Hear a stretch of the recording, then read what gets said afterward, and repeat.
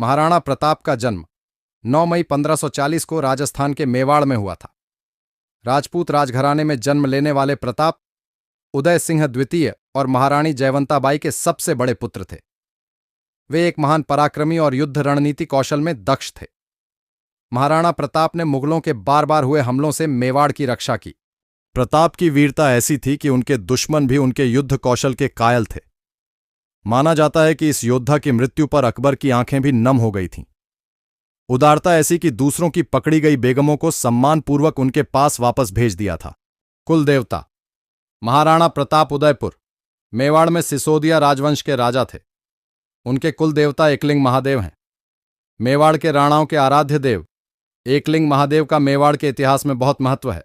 फिर महाराणा प्रताप को मरते दम तक अकबर अधीन करने में असफल ही रहा।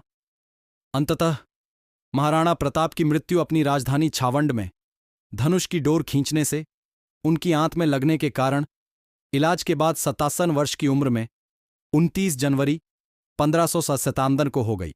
प्रताप की वीरता ऐसी थी कि उनके दुश्मन भी उनके युद्ध कौशल के कायल थे। माना जाता है कि इस योद्धा की मृत्यु पर अकबर की आंखें भी नम हो गई थीं। उदारता ऐसी कि दूसरों की पकड़ी गई बेगमों को सम्मानपूर्वक उनके पास वापस भेज दिया था।